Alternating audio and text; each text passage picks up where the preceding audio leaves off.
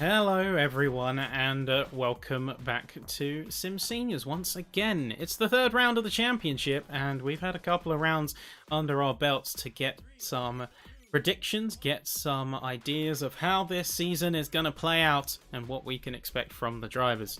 We've had a pretty fun couple of openers. We had Spa, we had Silverstone, but now we head into Kyalami. And this one's going to be a good one because you also have a bit of an added curveball, which we will be debuting and showing you in qualifying. Key things to note.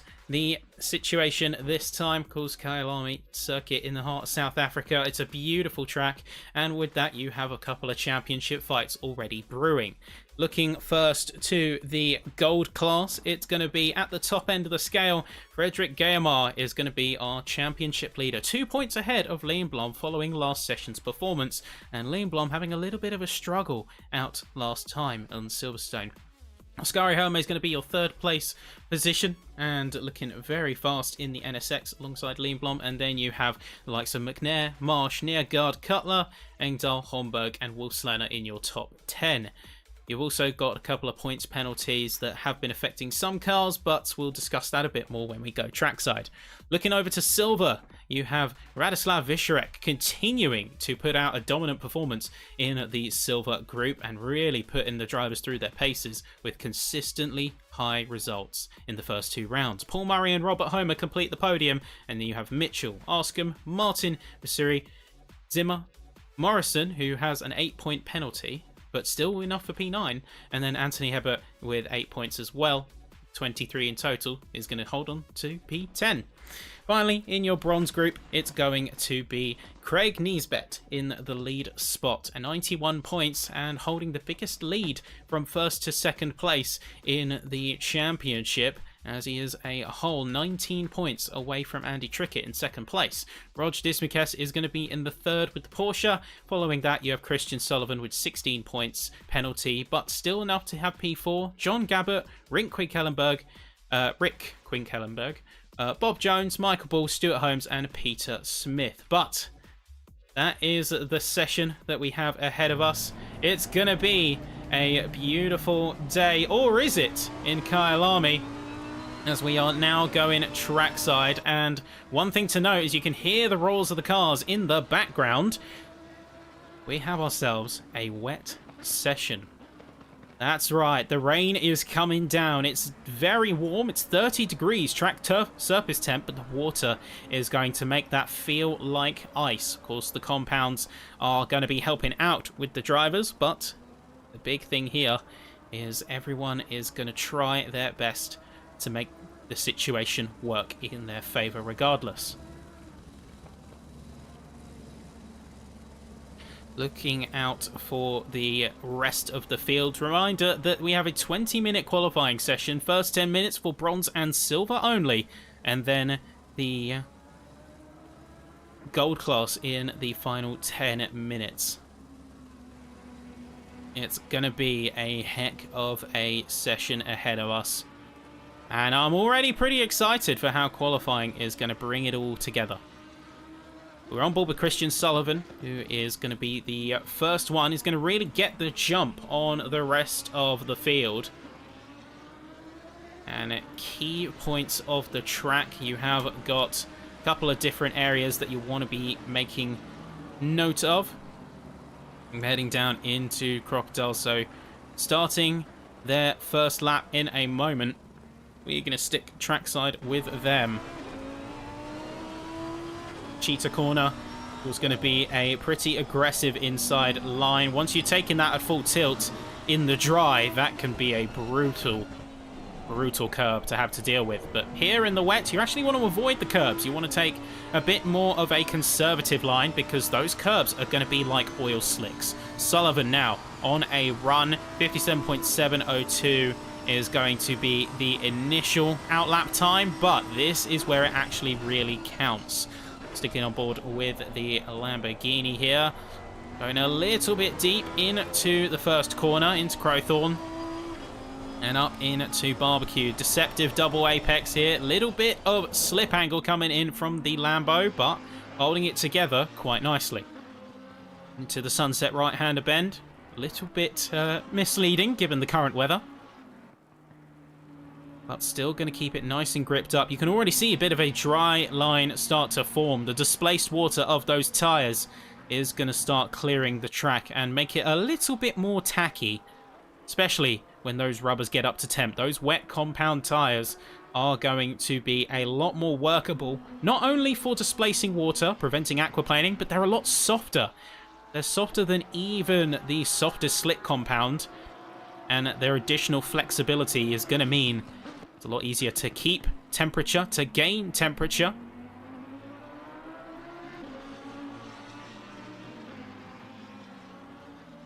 And we'll see what the field makes of it.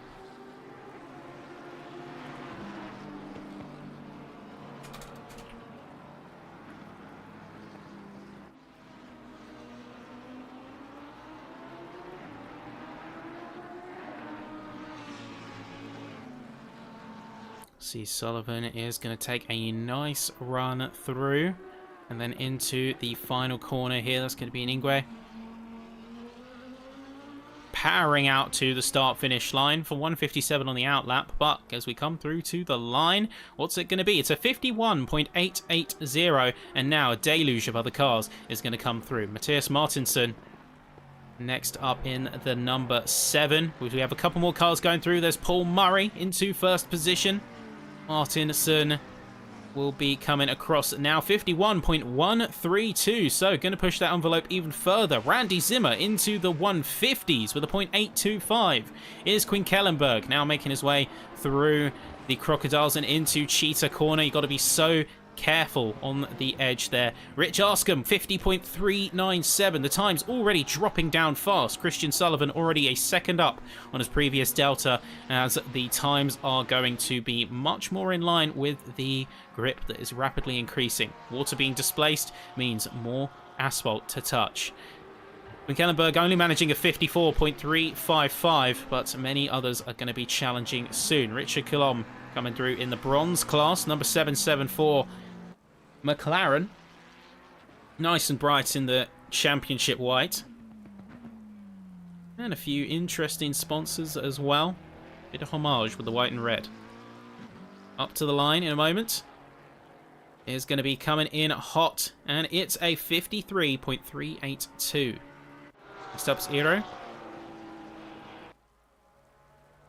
And a little bit aggressive on the curbs, actually taking a little bit wide. You can see right there as the Porsche skated over that outer curb coming out Cheetah Corner. This is what we mean. This is what we say by having the little rough patch that is the curbing. Up to the line though. I think that was an invalidation, so no lap there for Eero. But other cars now coming through. Here's Bob Jones. Maybe pushing his way through. Also have some drivers looking to get some improvements now, because remember, there is not much in the tank before the gold class runners are going to come out. It's only a 10-minute qualifying session, realistically. We've got Arscombe right now, currently coming up to the final corner. He's about 0.3 of a second. At one point was half a second up. We could see the first driver go into the 49s. Aston up to the line, 50.012. Just a little bit too much time lost in the sector. The final sector, but Alex North actually coming quite close, 50.037. North hasn't had the strongest of seasons thus far, but he's got a chance to really punch up and start to get some headway. The wet weather could be a bit of an equalizer that works in his favour. Michael Ball now coming up to the final corner, and that is going to be a bit of a landmark. So we only have 2 laps remaining for the bronze and silvers. At the 10-minute mark, all drivers who are currently on track will treat it as the end of qualifying, finishing their runs, then returning to the pit lane. Yeah, Peter Smith making his way down. That's going to be through the S's and eventually into Lukop Corner.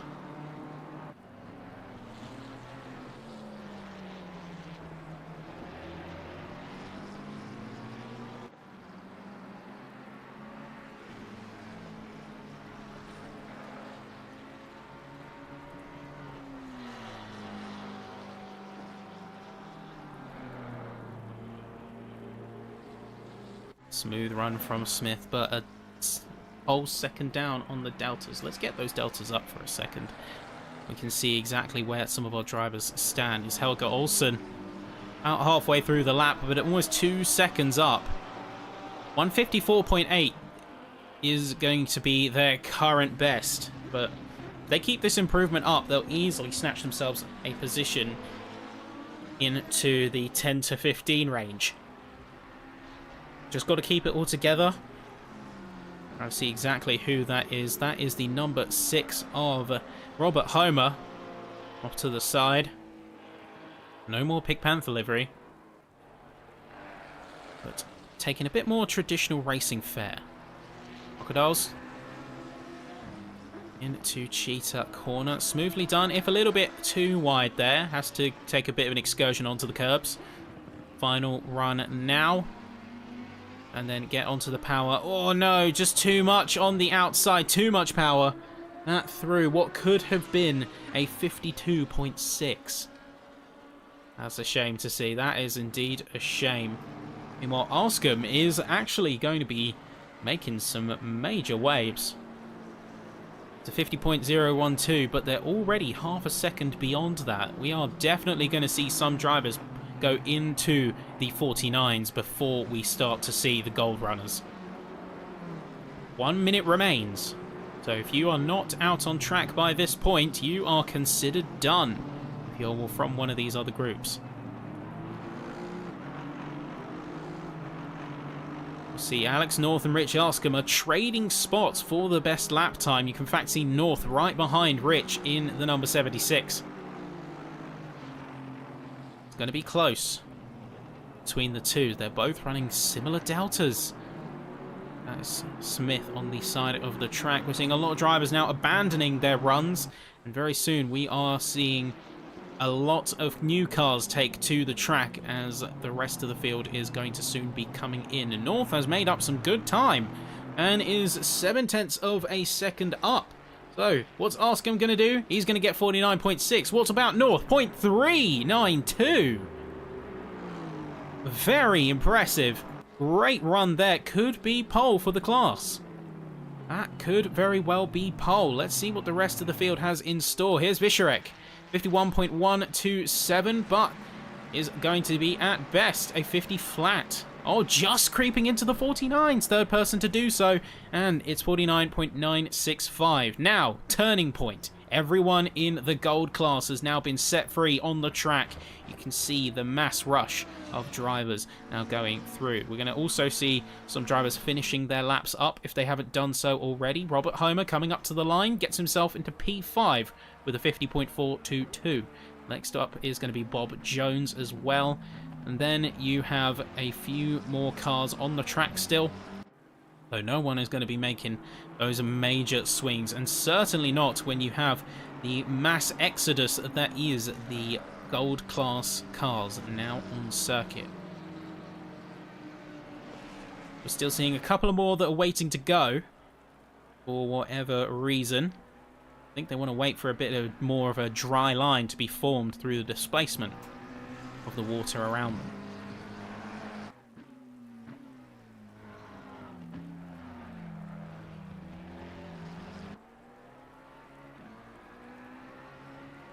There is Jones coming up to the line. 51.7 becomes 51.4.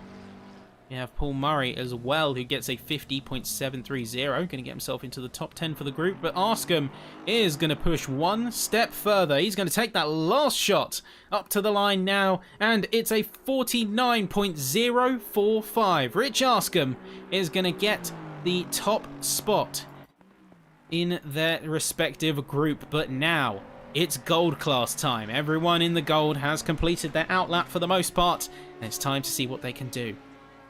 Time to see why they have their stripes in the fastest group. And leading is going to be Gayamar, or are they? Actually, no, I correct myself. That's going to be Leenblom, who is the furthest out and bucking the trend that we usually see, as we tend to see Linatus be the first one out. This time he was just beaten by the NSX.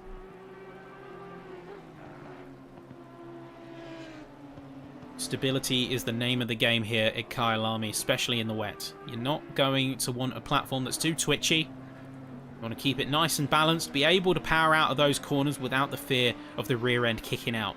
You may sacrifice a bit of lower speed rotation, but you compromise by getting a stable platform that you know you can lean on. Either way, Lenatus is going to just be following off of the back of a certain David Lindblom. Let's see what time he's going to be able to accrue. The Deltas haven't quite had a chance to calibrate yet, given that there's just their outlaps at this point. And it will be accounting for the Deltas spent coming out and in of the pit lane. Here we are through Cheetah Corner. Just taking it right to the very edge there as we come into Ingwe. We could already be seeing a major push from the field. We're not seeing the wet come down. We're not seeing the rain come down. But here we go. Lindblom is going to immediately shatter the glass ceiling. 48.115. Lenatus with a 50.1. Many more cars from the group now coming through. Here's Oskari Herme. Third place in the championship. Will he be able to get that same lightning in a bottle? Gayamar 49.0.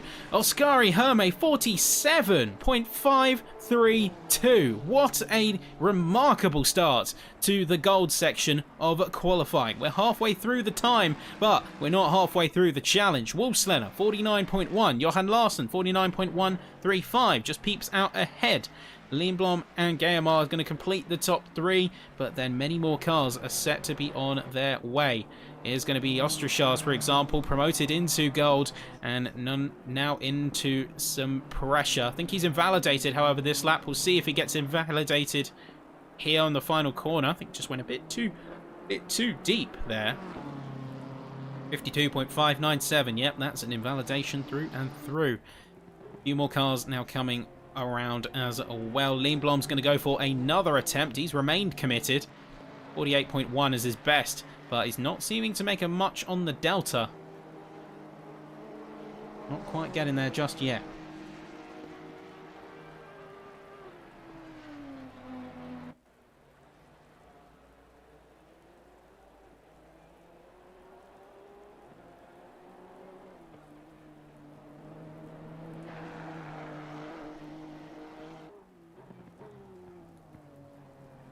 See, rounding out the final corner now. We do have the likes of Johan Larsson, Björklund, Knair all going for a bit of improvement here. We'll see how that pans out. Small improvement from Lindblom, 48.020, but not quite enough to really shatter some records. Larsson coming through in the Mustang now. Into the final corner, half a second up. Engdahl just up ahead as well. Gayamar goes a little bit further. Oh no, that's Engdahl into P3. So what is Larsson going to challenge and fight back with? He's going to go into P3. He's going to leapfrog Engdahl by 1/10 of a second. We'll see a few more come through here. Is going to be Matthias Holmberg. Need to get into the 49s here. Going to be a bit of pressure on him. 49.912. Just about getting there. Damien Reed, meanwhile, is going to come through into a 50.135. And next classes of cars as we go into the last few runs here. McNair is going to be coming through. And a second, 1.2 seconds down. Could see himself, oh, very nice, into P3. What a respectable run there, 48.227. He's going to get himself right in between Lindblom and Larsson. Lindblom himself is going to be pushing hard at this stage of the session. The elbows are now going to start coming out. Pressure is very much on. Lindblom has to get into the 47s at least. He had the best Sector 3 last time out. If he can chain that with some good Sector 1 and 2 running, this will be his session to lose. 48.0 becomes now, as we come across the line, 47.7. So Oskari still a 2/10 gap between himself and Lindblom. It'll be quite a challenge to overcome by the seeming looks of things. We also have David Drury and Renato Ribeiro, who have not come out, so they are going to be starting from the back of the grid. They have missed their quali window as they are in bronze and silver. So the first 10 minutes has elapsed, meaning they cannot go back out onto the track. Holmberg coming through to the final corner now. 2 tenths up on the delta. This could put them into P12, but it's not quite going to look like it's there yet. 0.650. It's not quite close enough to get himself past Alex North. Scurry could also be going for a new lap here, although a bit of a wobble on the exit of, I think that was, I think that was indeed the Crowthorne corner. Or maybe Barbecue, but either way, he's dropped about half a second. That time is not going to be his. We've got Hellstrom, who is somewhat marooned further down in the grid, but has a chance to kick it back up. He's got about 2 seconds on his previous. So 50.1 could leapfrog him all the way into the heat of the pack. Coming up to the line, 50.190, that's P19. We've got about 2 laps left to go here. Last chance, final 60 seconds to start your runs. Otherwise, it is checkered flag and it is game time here at SimSeniors. See Engdahl trying to chase down, sticking with the good old reliable Nismo. R35 GT3. See, Lindblom's heading into the pit. I think he's conceded. He's not going to be getting a better run here. Neither is Hermé. They tried to get a better run last time. Engdahl is going to get a 0.510, so he's going to get himself a solid P4. But final 30 seconds now elapsing, and a lot of drivers have called it time. Oh, you see a bit too much. Overcooked it there. Damien Reed skirting off the side of Cheetah Corner. Just taking a bit too much there. A bit too hot. And that is all she wrote, unfortunately. Holmberg is just going to cross the line in time to start a new lap. But the time is now ticking down to 0. 3, 2, 1. And that is time.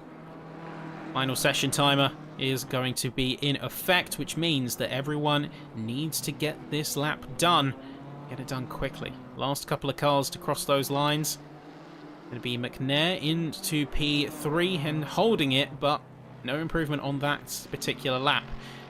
Ostrachars, 50.067. Solid improvement from him there. Hellstrom has taken a bit of a late surge in terms of qualifying here. Goes into a 49.5 and P13 overall. Last couple cars now coming through as many more head into the pits. This is going to be, first off, Peter Wolfslanner.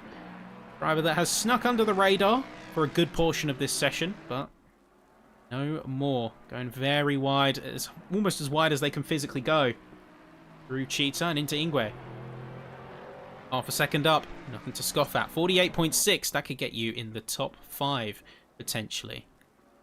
Say 48.7 in the end, just going to be beating out James Payton. And no dice, no deal. Last couple of cars now. Richard Cook, half a second up. 49.6 is going to be another solid time to bring. Can they bring it home, though? It's going to be a 49.755. That's P15 for him there. Last cars. It's going to be Holmberg skirting too wide out the exit of Cheetah Corner. And I don't think this is going to be the run for them here. So, as we wrap the session up, that is going to be all she wrote. And that is the session concluded, folks. So, taking it through, leaders of each group. First off, Oskari Hermé, David Lindblom, and Colin McNair are your top 3 from the gold class heading into this final race session. Rich Arscombe in the surprising ending lap of the bronze and silver qualifying segment is going to pip the quali away from Alex North in P2 for silver, and then Radislav Visharek with a P3. Finally, Craig Niesbet is going to be your leader for the bronzes, and keeping that momentum up from the championship, followed closely by Christian Sullivan, and then in third place, Peter Smith.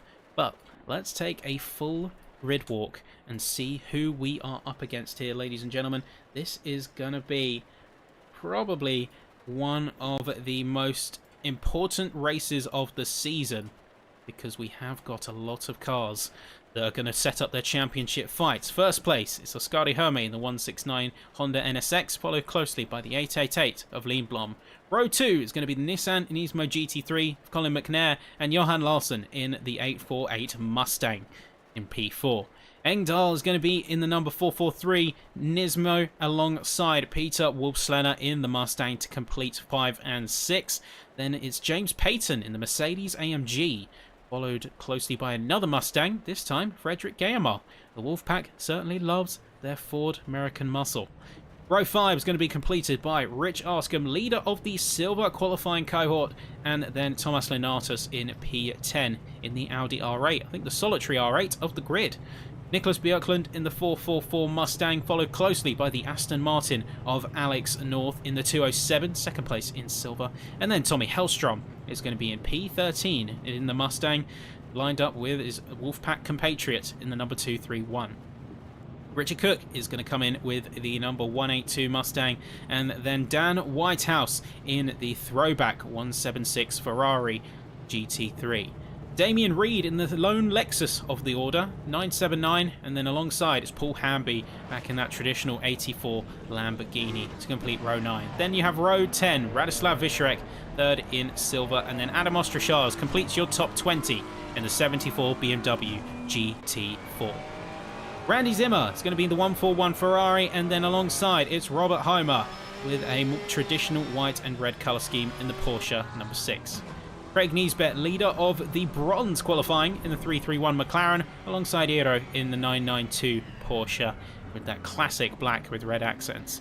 Christian Sullivan, P2 for bronze in the 41 Lambo, is going to be alongside Paul Murray in the Pepsi Max 90 McLaren in P26. Matthias Martinson is going to be in the number 7 Mustang in P27 with Peter Martin in the Red Bull designed BMW M4.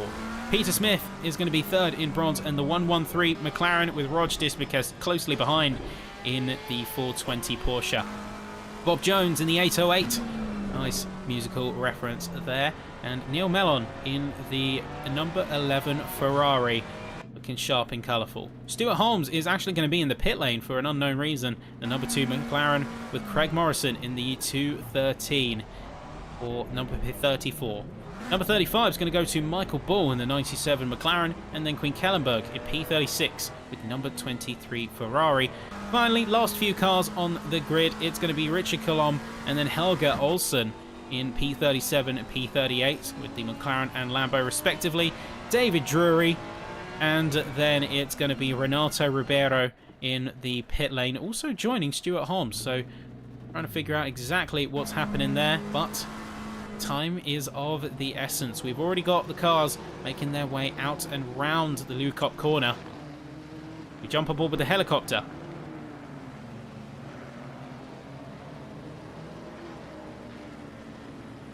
I'll say as well, it's good to see everyone jumping up in the live chat. Of course, bring your support for whoever driver you like. We've got 39 or 40 of them here on the course, and we're about to see who comes out on top. So just remember, 60-minute race, pit stop mandatory, fuel is required, but tyres are optional. Given the wet weather, it's a judgment call the drivers will have to make in a little bit of an unfamiliar scenario. But here we are, down to 60 Ks. We round the final corners, formation, double file, as all falls silent for the third round of the championship. It may be sopping wet, but as we round Ingwe to start the race, the track is still hot. Here in the heart of South Africa, Kyalami plays host to the third round of the championship, and a decisive round in that championship it will be. Coming up to the line, green flag from race control any second, and we are go under the bridge, and immediately it's going to be a jump for both Hermé and Lindblom. They're going to challenge each other for the space immediately. No holds barred. McNair goes narrow, trying to hold off. Hermé's going to feel the pressure immediately. There's contact between several cars further down the order. There's the 808. There's the 113. Many more racers are going to be stranded out in the depths as there's going to be a bit of a chaotic moment further away. Leonatus is actually gaining a bit of time and is going to be getting himself a healthy boost owing to the position and a little bit of chaos. McNair slotting himself in neatly behind Lindblom, opting not to fight too hard, but instead use his position to his advantage. There's Rich Arscombe taking a couple of positions hit as we have multiple cars go alongside. There's Chaos a little bit further down as well, trying to jump on board with a helicopter to capture exactly who's been separated from the field. As Richard Cook off the side of the track, Holmberg is going to be limping his way out of what I can only assume was an incident with another car. Right out the gate, tensions are high. Nobody's going to be getting out of this one unscathed by the looks of things. Is Alex North on the inside as we go down through Lukop corner out into Mineshaft. A little bit of grass being picked up by the Lexus.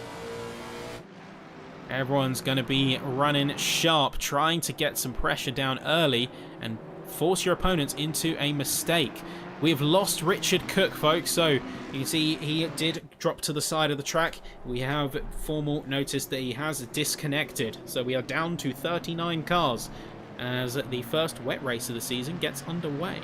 Elon is going to have a problem as there's going to be Peter Smith as well, stranded off the side of the track. You can see there, Elon is going to rejoin in a P33, but there's not going to be an easy time for them all as they drag race down. This is going to be Murray and Homer drag racing their way down into the first corner. Murray holds the inside, but don't forget the wet weather can play havoc. And all contact, Homer's off into the grass. I think a bit of squeeze that went too far there as Homer is going to be down and eventually rejoins into P26. Interesting there. We had a bit of a connection moment, it seems. Well, Engdahl is remaining committed to the back of McNair. The pressure is high, the intensity only growing larger. We're also seeing here that apparently Pete Smith has had a bit of an incident with his wheel. So first off, hope you're feeling much better soon, mate. Hopefully that thumb heals up nicely. With a bit of clean air, a bit of clean space, it looks like he is going to have a bit of an easier time. I think that's Quinn Kellenberg who just spun out ahead of him. Yep, that is the Ferrari. But we're already seeing the wet weather claim some victims. Up and down the field, a lot of drivers in close contention trying to challenge each other without getting too far out of shape.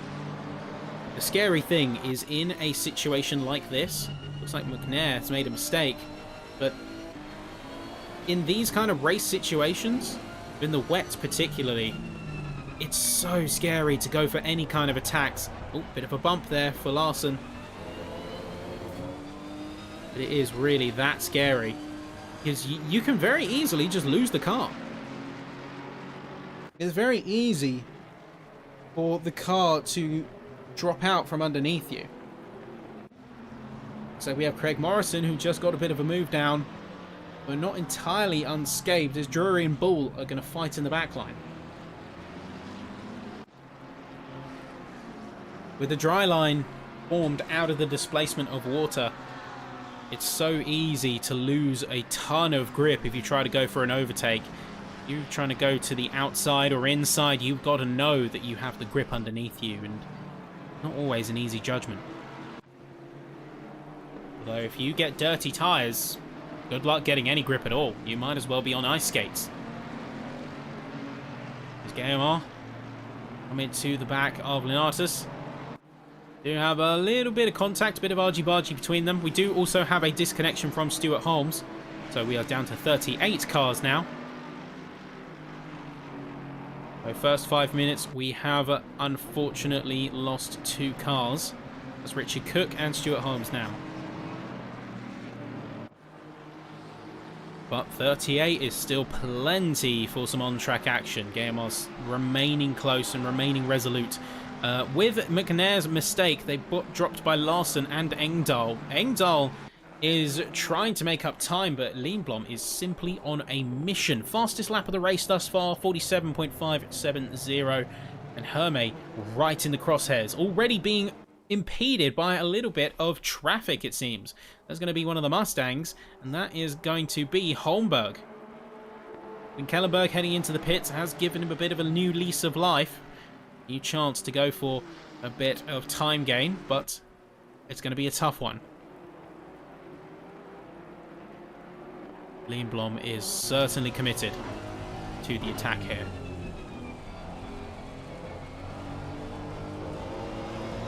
But like Hermé and all the other cars before him, the question is not if he has the pace to go for the overtake. It's more to do with whether he has the pace and the space. That extra element of the equation, particularly on the wet, that is going to play havoc with overtaking strategies. McNair alongside Linatas. He's dropped to Peter Wolfslener. He seems to have gone on a bit of a downward spiral since being overtaken by Engdahl. He's dropped positions left and right, and he's really struggling. Goes full force into the grass there on the outside of the corner. He's not had a great time. Through into the S's. Clubhouse not proving favourable as he's dropped to both Linatas and Guillemot now, barely slotting in ahead of James Payton. Just needs to regain some composure at this point.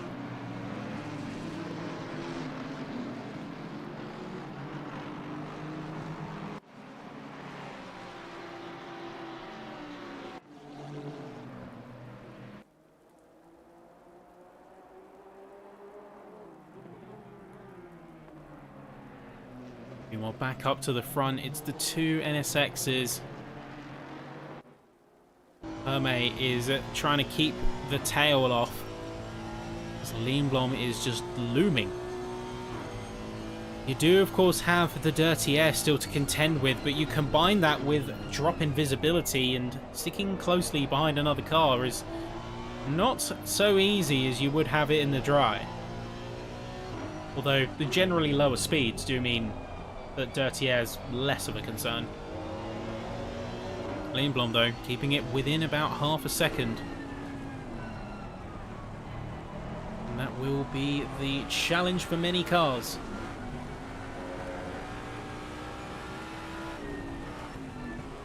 We'll see who is going to come out on top. First 10 minutes underway, we're already seeing a bit of chaos up and down. Peter Smith closing on Michael Bull.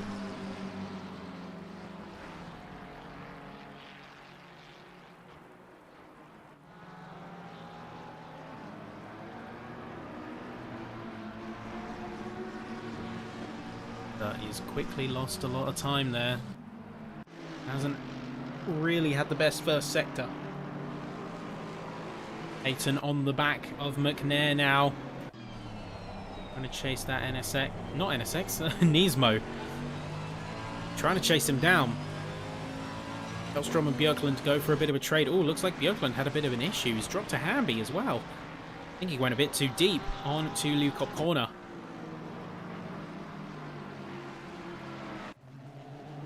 And then training our eyes back to the top. A familiar sight. David Lindblom into the now tailwinds of Hermé, but getting closer and closer each lap. Maybe looking roughly the same space, but you can see he's even trying to deviate from Hermé's line, trying to get closer any way he can. In a way, he's almost treating this like a dry race. The level of aggression certainly indicates the former. To have Ostrashars going for a chase, this time on Paul Murray. Björklund is going to try and get some time back on Hamby, but curiously, Ostrashars going to the inner, is going to try and stick the nose in, goes alongside, and all contact made. There is the BMW spun a bit too deep there into the corner, and unfortunately there was a casualty. So Ostrashars retiring himself to the inner grass of the first corner. He's going to be all the way down. He's going to drop a whole 6-7 positions. He's now into P28.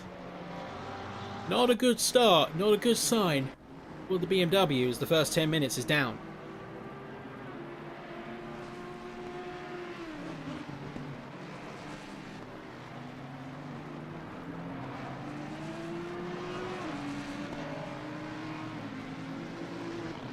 There is a stressful session on the horizon.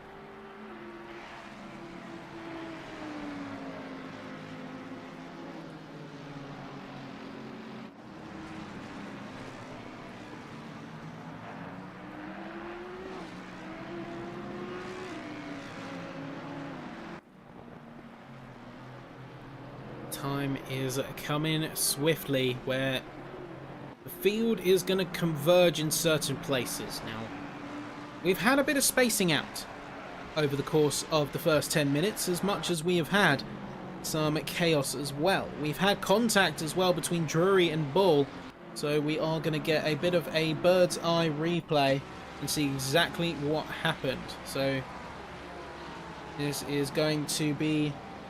Looks like there's a bit of a hiccup there. There's a Drury, Bull. Going to run close.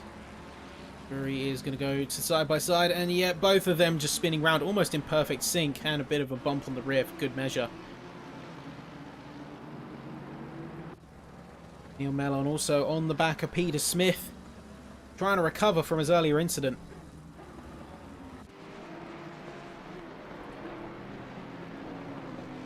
But where we've had a couple of incidents, there is now opportunity. We have also effectively lost Ribeiro because he's been in the pit lane for nearly 10 minutes now. In fact, over 10 minutes. So we are running 37 cars.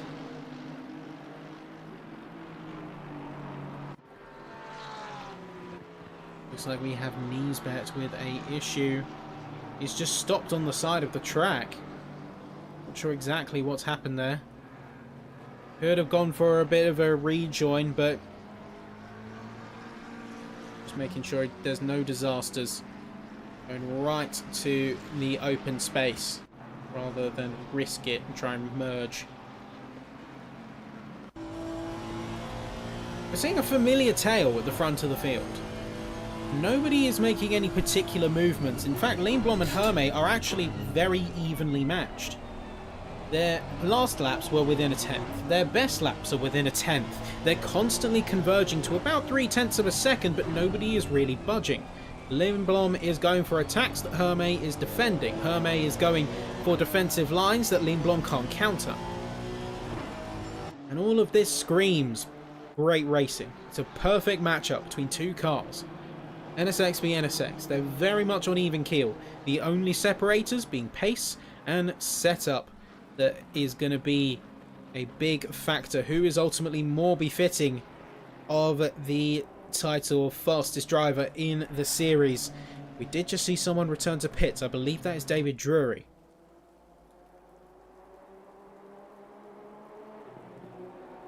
So I wonder if he is going to be returning out this time.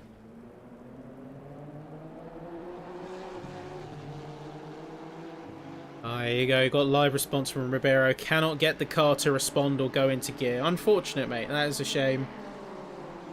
That is a bit of a brutal technical issue to end what otherwise could have been a very interesting race for you. But yet we have got a disconnection from Drury, so there will not be him returning to the pits following his collision. And now is going to be 36 effective cars on the grid. Ostrachaz on the chase. Lindblom continues to hold, but has dropped a bit of time. It's about a second down now, as he made a bit of a mistake in that previous sector you just saw. Hermé's now got a chance to get away. 47.5 last lap, 48.4 for Lindblom. This is where he could start to crack open a bit of a gap and get some opportunity here. King Kellenberg struggling to get that Ferrari locked down under his pedals. Seems like he's gone off track a few times now, and whether that's his fault or some other factor at play, he's really not having a good time with the car.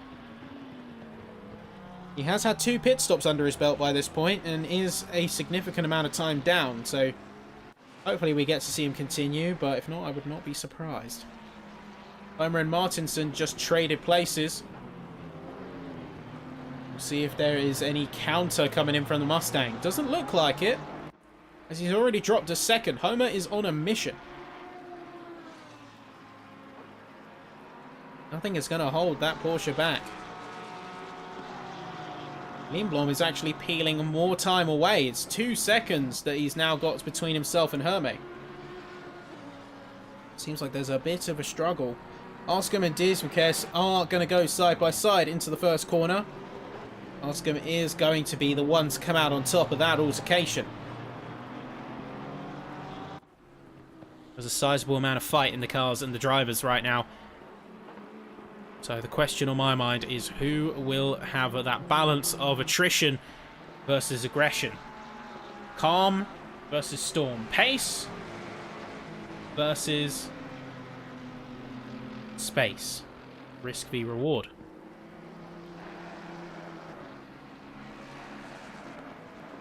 AMR is going to be challenging onto the sharper end of the spectrum as he's right in the tail of Wolfslenner. Fellow Wolfpack driver, but just because they're part of the same group or team doesn't mean there's any love lost between these drivers, as they now really try to get in each other's grills heading into the start-finish straight. Until lap 9, bit of contact between himself and Wolfslenner. He's going to go very deep into the left side and is actually going to go for the challenge. Goes for a bit of a later braking.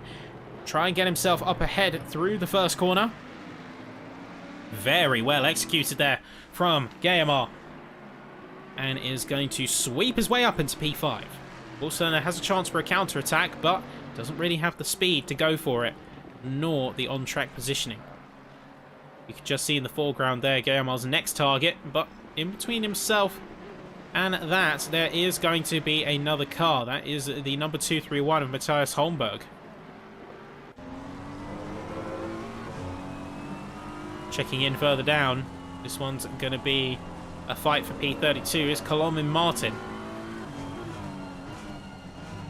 Really going narrow, trying to go aggressive as he can to just get some chasing done. Although a much better exit from Martin, or from Kyalami, sorry, is going to leave that fight in stasis for the moment. So Ostrachaz is not going to let himself fall prey to the same fate. Fight for 25th. Whitehouse and Hamby are also close, and we'll check in with them periodically.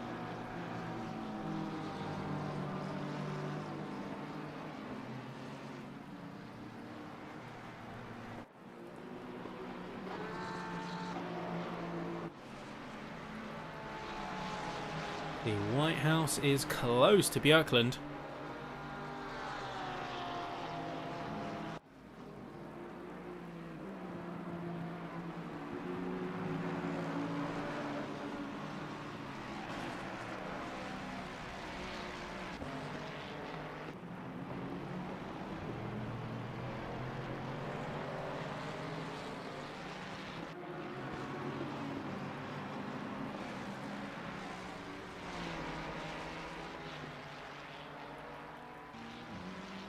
Okay, all is quiet, barring some certain spaces on the course. Key notes, it's going to be Zimmer on the back of Murray. We have a little bit of close proximity with some of the top 10 drivers, but nothing has really been sprung yet. At this stage of the race, 20 minutes deep, it's going to be a question not if they're going for overtakes, but what they're setting up. We do have Linata's actually having a bit of a struggle and going out very slow. Heading into what I believe that to be the S's now. Yeah, coming out of Clubhouse Bend. Teams like McNair is trying to regain some of his lost space on the track and eventually find his way back up to Engdahl. That's his ultimate target, but over 20 seconds of car stands between him and that goal. Hamby trying to get himself into the top 10 as well. There's Damien Reed right in his crosshair. That Lamborghini is going to be a formidable car, but it's not necessarily the easiest thing to handle. And given what we said earlier about stability, you have to treat all of these cars, but especially the Lambo, you have to treat it with a bit of respect. It can and will bite back if you're not careful. Is Randy Zimmer on the outside of Paul Murray. Murray naturally taking a bit of a better run on the exit, but they're side by side heading into Cheetah Bend. One of them's going to be sacrificed. It is going to be Zimmer. He will come out behind Murray. You cannot go too wide into Cheetah Corner. It is simply just is not done. Not without some significant compromises, as Zimmer just learned. Better off dipping back, let your opponent lead you, and then get a better exit out of Ingwe, the final corner. Take it into this first one here. Take it into Crowthorne. That's the ideal strategy, really. Now we do have another disconnection. This one's going to be from Craig Morrison. So that will be an unfortunate loss to the track as well. After losing many others. 35 cars remain. And Ribeiro, through no fault of his own, is going for the world's longest pit stop attempt. As we'll see how long that timer ticks before eventually the session does change its status. Ostrachar's right on the back of Bob Jones. Number 808 car hard on the defense, but it is gold v bronze, and looks like Ostrachar's actually taking a little bit of a drift through Sunset Bend. Actually kept good pace despite technically losing traction. It's almost employing a little bit of a rally style to his racing drive. Gotta say, I'm impressed. Kept it linked up all the way through that. Actually gained time on his opponent. Got ourselves a rally driver here. Regardless though, he is still in the doldrums and is being held captive in his relatively low position of 26th. Zimmer's had an issue and he's going to drop himself right back down behind now Visharek and Sullivan. So he's going to be in P20 on the course. Linatus and Payton have traded positions going through the first set of corners. Payton goes for the attack. And I think we're actually going to rewind time just a little bit there. So, let's take it from the top. Last 30 seconds, Linatus on the defense. Looking behind, we'll see that this is going to be Payton closing in to the first corner. Goes narrow and tries to take Crowthorne. Does manage to get ahead. With a better exit, can't really get the R8 out of his wind and out of his tail. But he's going to have a very nice exit there. Well executed. Well executed indeed. But now here we go. Looking from the helicopter, we can see Hermé and Lindblom have converged once again. 25 minutes deep, and Lindblom serves to have made up a significant amount of his time that he previously lost.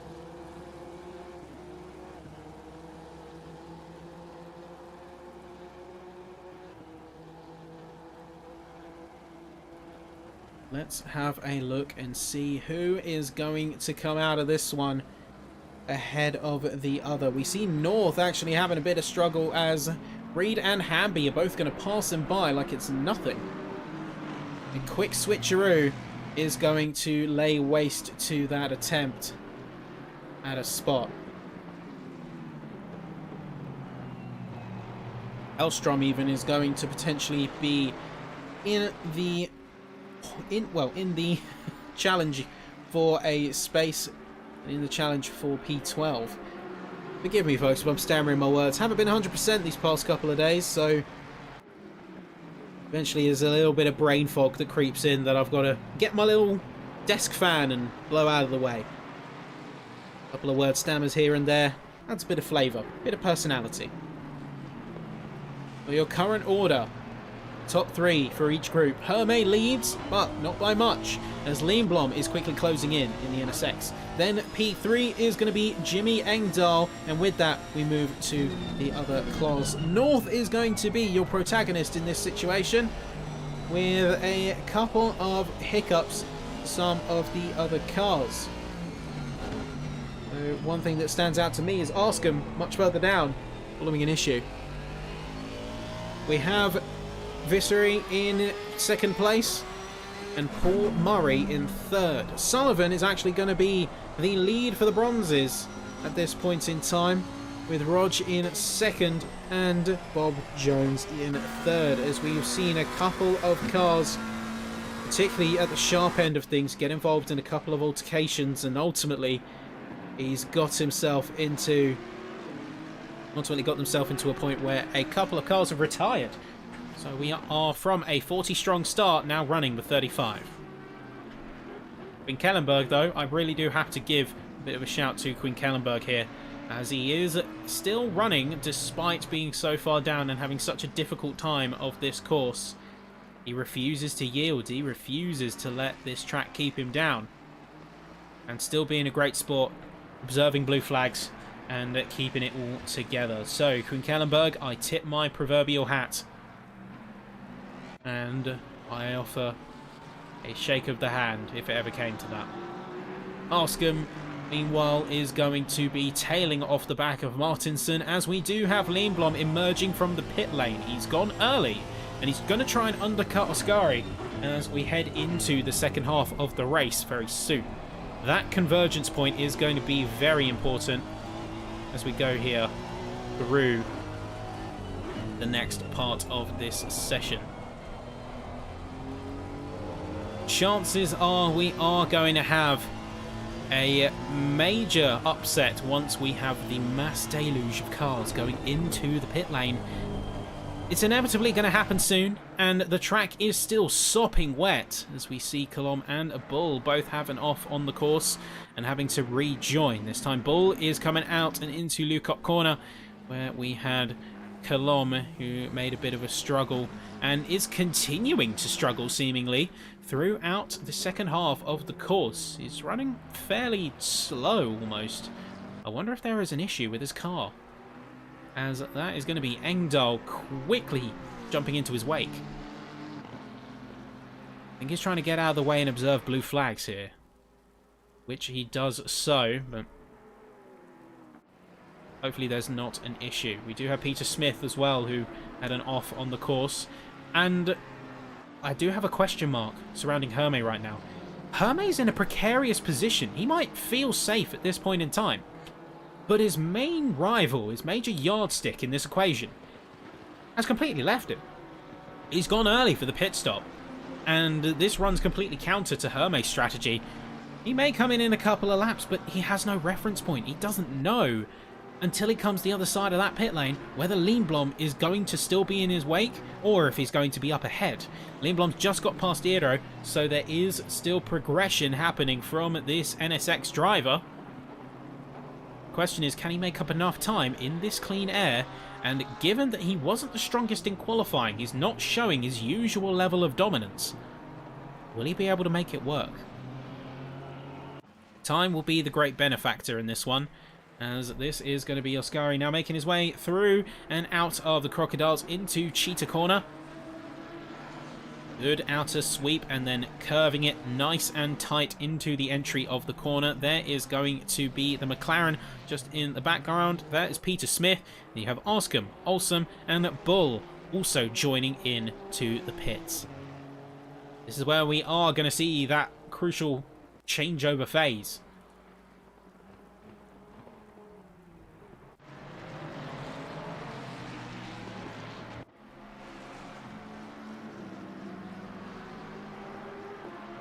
Whitehouse is going to be trying to put some more pressure down on Björklund.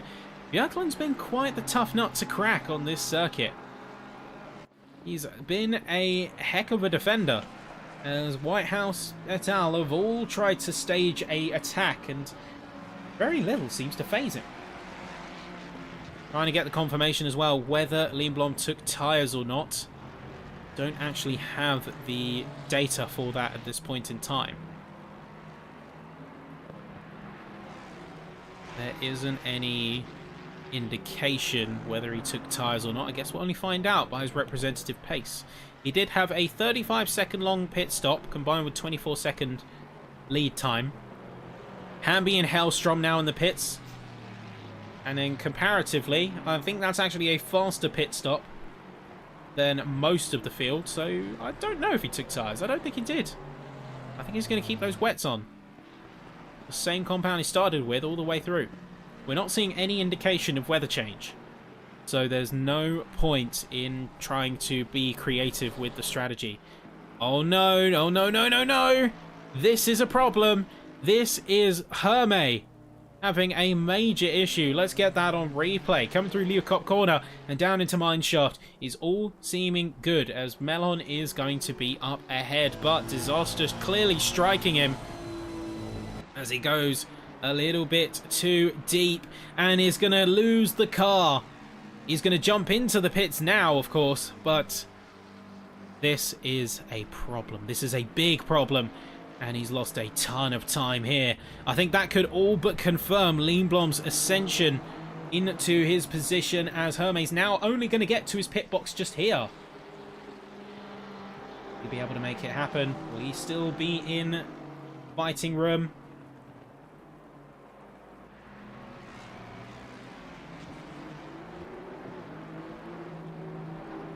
See, there is Lindblom making his way round Alex North. Despite being the same space on track and same lap, he knows that he's got to get by and do it quick. So, well executed. Hermé is still in the pits. He hasn't left his box yet.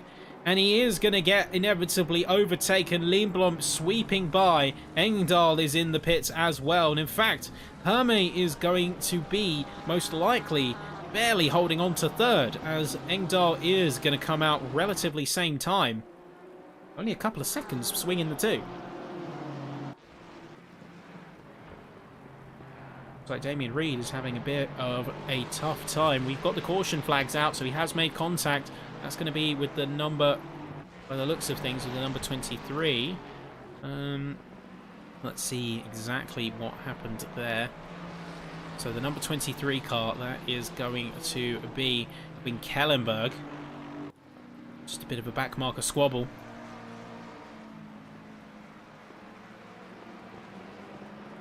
Bit of a difficult time for some. Martinson briefly going off track. We have Murray, Ostrachaz and Viscerek into the pits now.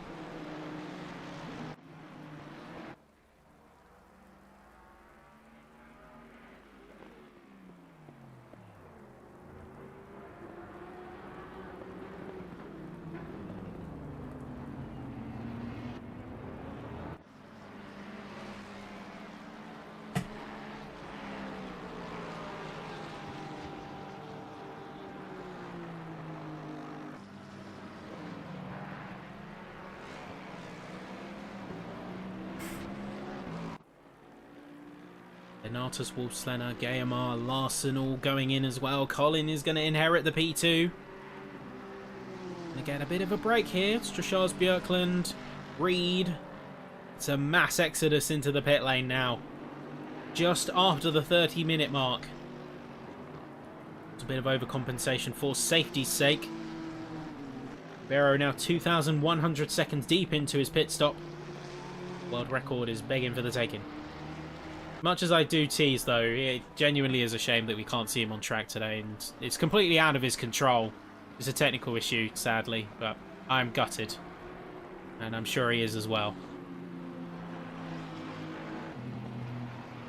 Well, Wolfslener, Lenatus, Björklund, Reed all coming out soon. Roger's going to get a freebie, but he's not going to be able to stay on top for long, as he will eventually have to go into the pits. Wolfslener and Lenatus coming out very close. Few seconds between them. Hero is going to be overtaken by Oscari, just coming through out of the Sunset Bend. And into Clubhouse before we go into the S's. It's going to be a big sweep.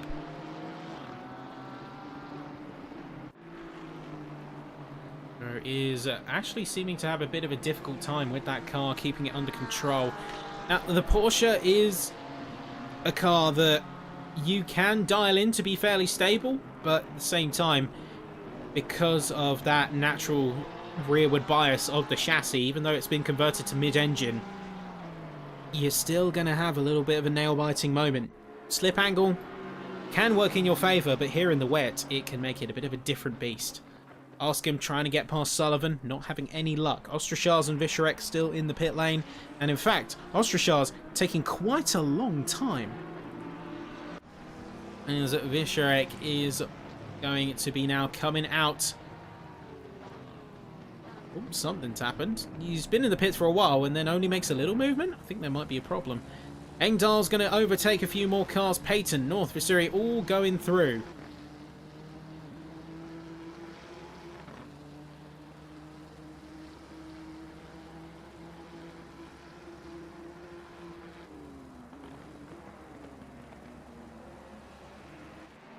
So going to see Robert Homer taking a little bit more of a stance on position. Although that is an ominous image behind them. They got Wolfslenner right there behind.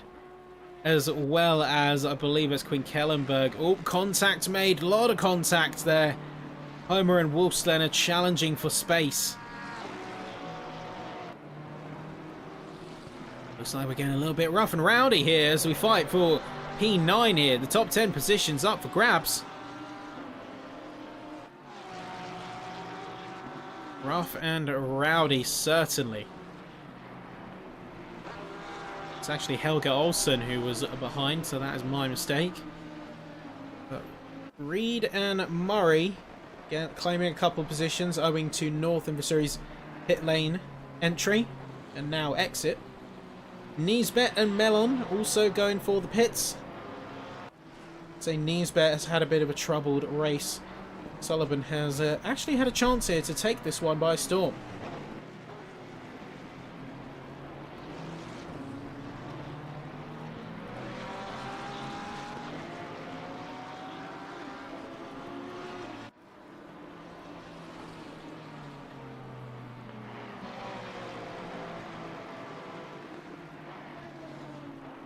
Looking around, trying to get a bit of a read on the track right now. Whitehouse in the pits, Hermé up to P3. Lindblom in to second, although technically first, as McNair, current track leader, has yet to take a pit stop. Where he will emerge, I don't exactly know, but one thing that has been made abundantly clear is that Lindblom is looking like the car to beat after a bit of a wobbly early start. He looks like he could be the late bloomer here in the wets of Kyalami.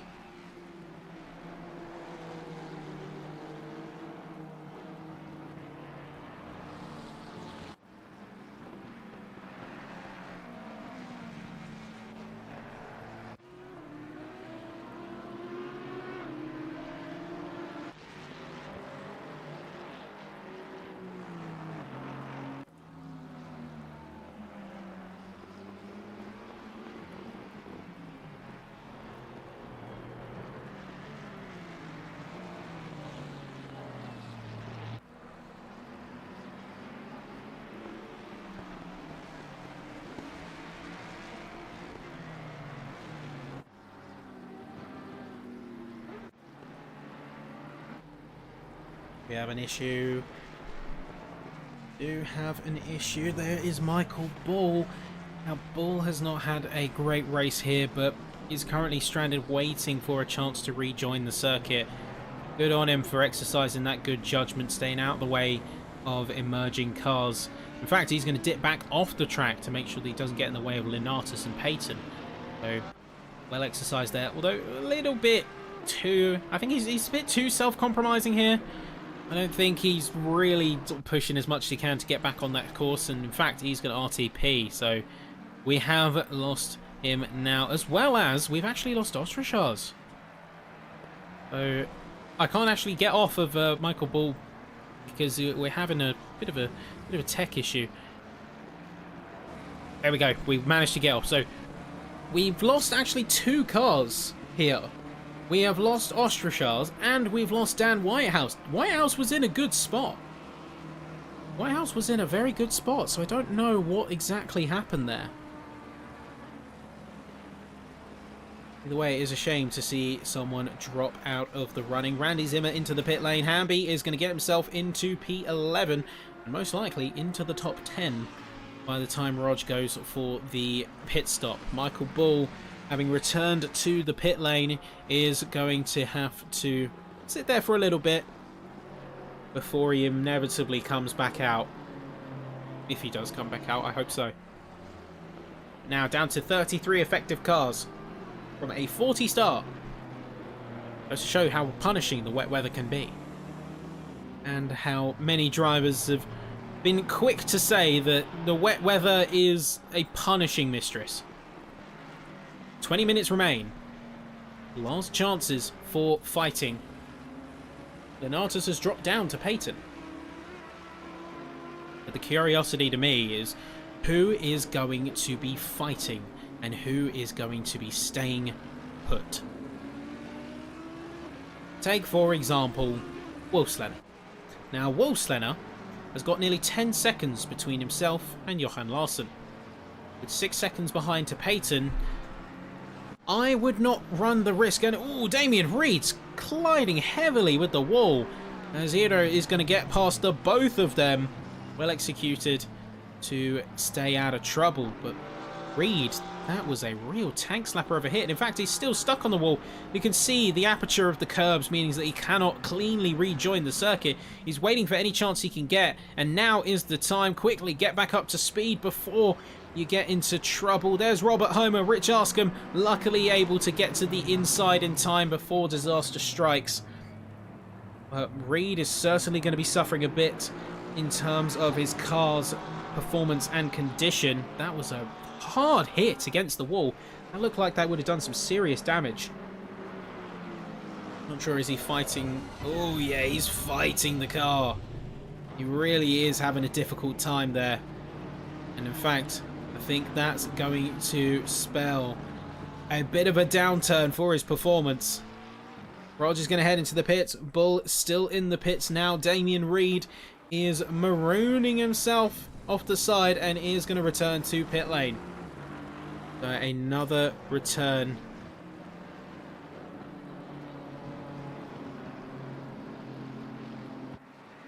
Dismakes into the pit lane. Hamby is going to inherit a spot at the fabled top 10. Now the final phase of the race begins. Who's going to go for those riskier moves? Who's going to go for those tighter challenges? Who will be the one to emerge fighter and a victor? We have Sullivan now on the fight for the lead of bronze. We have lost Damien Reed. It has been confirmed he has disconnected. So down to 32 drivers now. It really is becoming a war of attrition. That's what we were saying at the start. Attrition versus pace.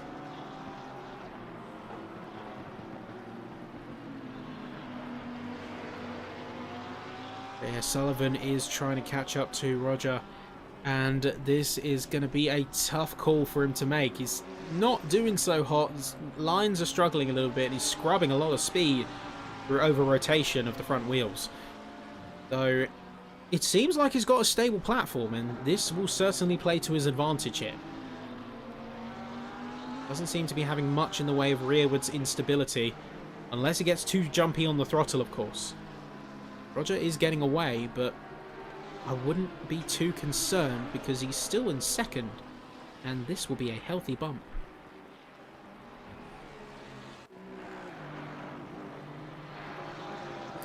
I'm glad someone is appreciating my references. Oh dear. I'm gonna make it a challenge one day in one of these broadcasts. See how many sleep token references I can sneak into a single broadcast, and whoever gets the closest count, I don't know, maybe we'll arrange a prize. But no, in a more personal note, I am a big fan of the new album. I'm currently sitting here with a brand new Evening Arcadia mouse mat, so I am a very happy chap. I'm extremely happy, and my setup is now complete. The only issue is that there was a coach jacket that I wasn't able to get in time before it sold out. Hopefully it will come in a second run. Our Bull in pit still, unlikely to return. Means that we are effectively 31 cars on the course and a 25% drop in drivers. while it is difficult to sort of accept from the trackside, this is a golden opportunity for those that remain. I mean, I look to the Eeros, I look to the Norse, I look to the Zimmers of the world. This is their chance for the field to really hand them some additional points. That could be the difference between leading the championship or certainly making a bit of upwards motion in those standings. I mean, Eero, he's going to get a catapult of a run in those standings if he currently stands where he is. He is leading for silver. He is leading right now. And so, while McNair is still yet to pit, so we don't 100% have representative standings, although, speaking ye shall find, asking ye shall appear, there is McNair going into the pit lane, marking our final stop of the session. We have got a lot of shuffles. We have got a lot of chances for drivers, not necessarily on the docket for major points, getting a second lease of life. I look at Sullivan. He could effectively completely negate that 16-point penalty that he got from a previous race. And if you're wondering why some of the penalty points are so high, that is in large part due to the changes to stewarding that we've had for this season. So in a bid to reduce chaos, we'll phrase it like that. In a bid to reduce chaos on the track, we did have a change towards the approach for racing, and in particular the stewarding did end up with a alteration, so penalties from the first lap were doubled, 16 points instead of 8. So previously was 8 points, but 16. If anyone was looking for a bit of context, it's like Murray's doing a bit of an impression of a gutter run, and we do have the confirmation that Michael Bull has disconnected.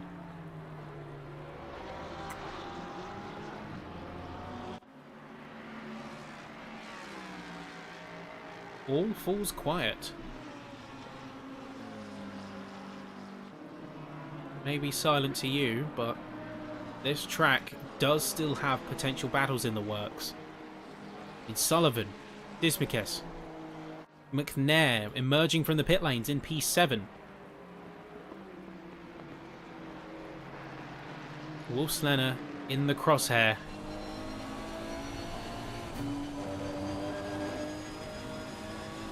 We'll see if he can bring that time down.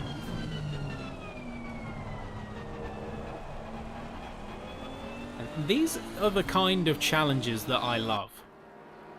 You may think that it's a stalemate, not much is happening, but when you look a little bit closer, you can read the drivers, you can watch them try to navigate the situation in real time. I mean, let's stick on board a little bit. It's Hellstrom v Björklund right now. He's going for more aggressive runs. He's going for narrower takes into some of these corners. Lukop isn't one that you usually take that narrow, with Björklund still anchoring for that position. He's still made up good time, and the both of them now approach into the final sector of the track. Really is going aggressive, and on-track pressure, especially in the wet, is a powerful force, a powerful tool, because even in the face of adversity, even in the tight spot that we see, like Björklund, he's getting now a bit overzealous, a bit over-aggressive. He's trying to drive the car more than it can handle, and he's starting to fall into the driving style that's more befitting of a dry circuit.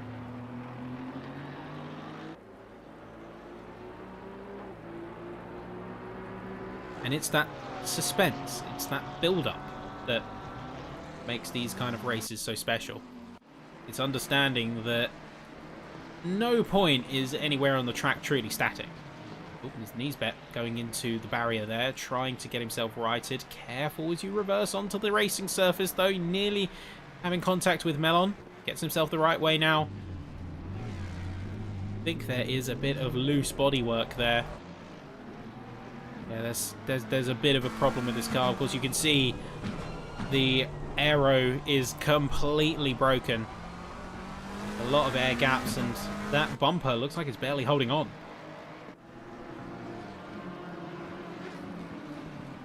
Like Eero has had an issue, and oh no, Eero's sideways. He's going to be giving the spot away to North, and Zimmer was previously on target to win the silver group.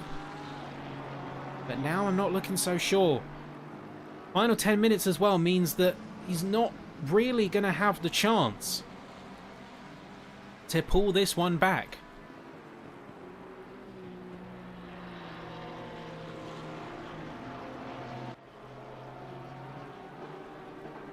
Sullivan will be a little quiet performer in all of this.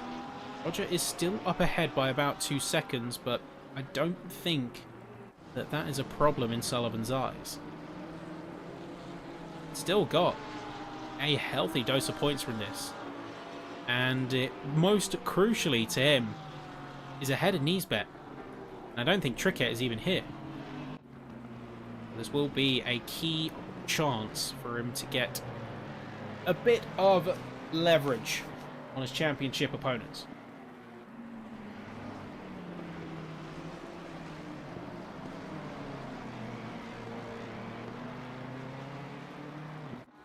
.40 started, 31 remained, 9 minutes to go. Arscombe on the back of Eero. Well, Arscombe was actually in prime position. He came out of this leader of the Silvers in qualifying, so you have to kind of ask what happened. Not everything was in his control mind, but it's still a bit of a brutal awakening. And a bit of a difficult scenario to find himself in. Once first, now fourth. Eero is significantly away from any other silver runners, who is basically going to get, at best, a P3 out of this ordeal, unless the others ahead make a crucial mistake. Although a driver I have been impressed by in terms of recovery and peeling time is Oskari. He's currently sat 2.6 seconds away from Lindblom, and crucially, we look at previous last laps, it's half a second faster. Now either Lindblom made a mistake, or Hermé has unlocked some magic in the tank. Truly is trying to get into the zone here for the last 10 minutes.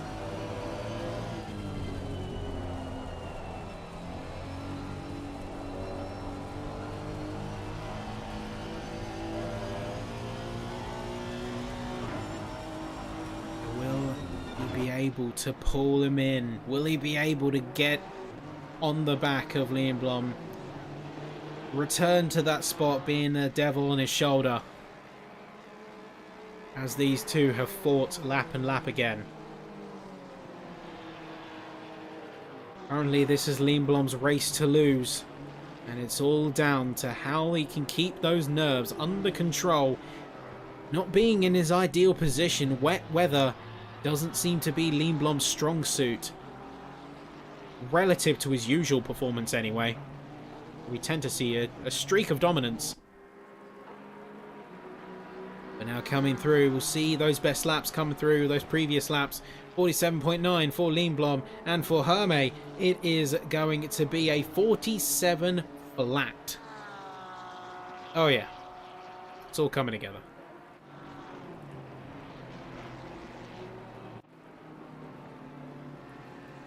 Looking real rapid. And with 6.5 minutes to go, this is going to equate to about 4 more laps. You counter the current timing, there will be lap 33 finish, or lap 34. Crossing the line on 2. And it's been a real nail-biter of a race. The thing with wet races is that it can go either way. Nobody is truly safe. Everyone is under fire and everyone is at risk. The only way that you are truly safe in a wet race is if you are the only person on track. You'll constantly be fighting, if not your opponents, then the car and the track itself. Aquaplaning, dry lines, wet lines, curbs effectively running oil slick. Micromanaging these factors so much more than you have to do in a dry race. Where, in that scenario, you effectively say, car, turn, go. Opponent, no. Pass. Done.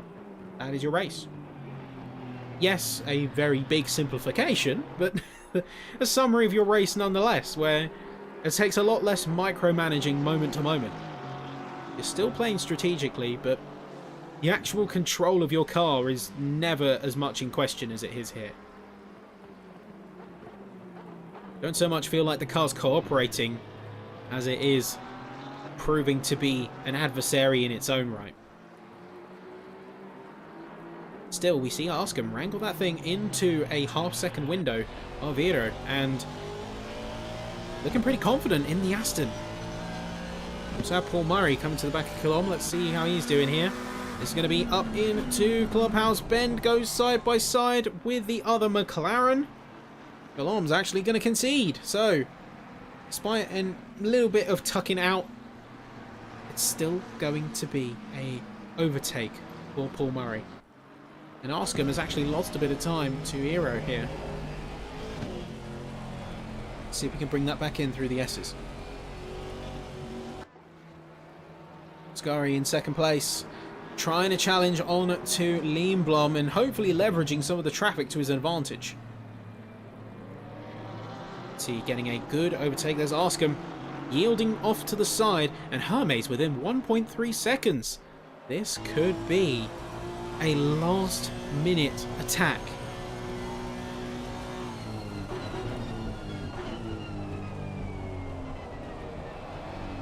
Within a second now, although Iro is going to be in the way here, he's going to dip out wide, but there's still a few crucial tenths that have been lost out.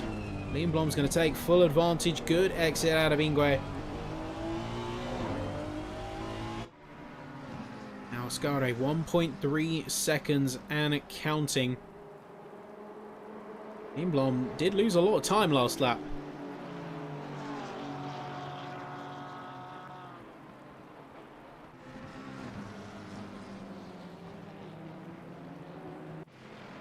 We also have a couple of local yellows coming out. That's going to be Christian Sullivan. Christian Sullivan's had a bit of an issue, as well as Craig Niesbet. Something's happened and something's gone wrong for a couple of these drivers. And, well, they have got themselves back on their feet pretty fast. Sullivan is stopped out on track, so something's gone wrong. I think he's run out of fuel. I think he's miscalculated, otherwise he'd be getting moving by now. Yeah, I think we do have a out of fuel for Christian Sullivan. He's going to be conceding and will have to return to the pit lane. That is going to mean a disaster for his race here. Yep, he is going to turn to the pit lane down into P30. Looks like Oscari has overdone it. He's overcooked it coming into Leocop corner. That means there is only one lap to pull back that time and get past. That is a mountain to climb. Not a mountain that I think is going to give, given how much they've been fighting up to this point, all for about 2 seconds. That's the amount of time that Hermes just lost in 2 corners.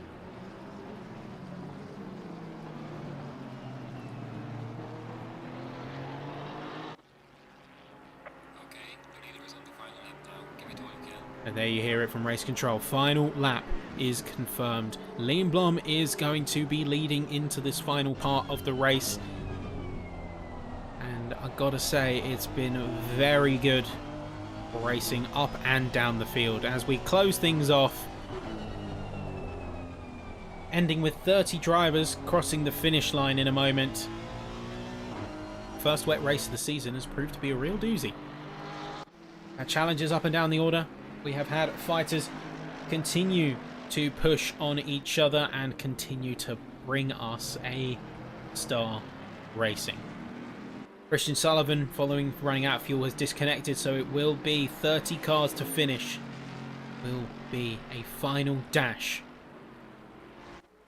The timer will elapse in less than a minute, and once that happens, you cross the line, you are done. So lock in your positions now, or forever hold your wheels. It is crunch time here. Hermes, to his credit, has pulled in about a second, but it's not going to be enough.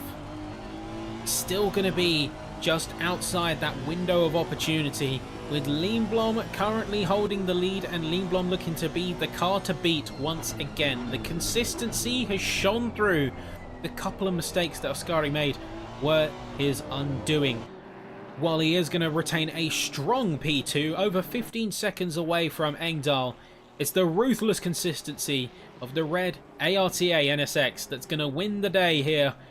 Only deviating about a second at most. Lindblom is going to prove your winner and is going to prove to be your successful lead for gold. He crosses the line. P2 closely following. Oscari Herme coming up and making an entire second on that last lap, but it's just not enough. Engdahl going to come through with a strong P3 and over 10 seconds away from Guillemard. But that is a successful campaign right there. Very successful race. Alex North is going to be the one who leads in the silver group. We'll come back to him in a moment as he's still racing. Bronze.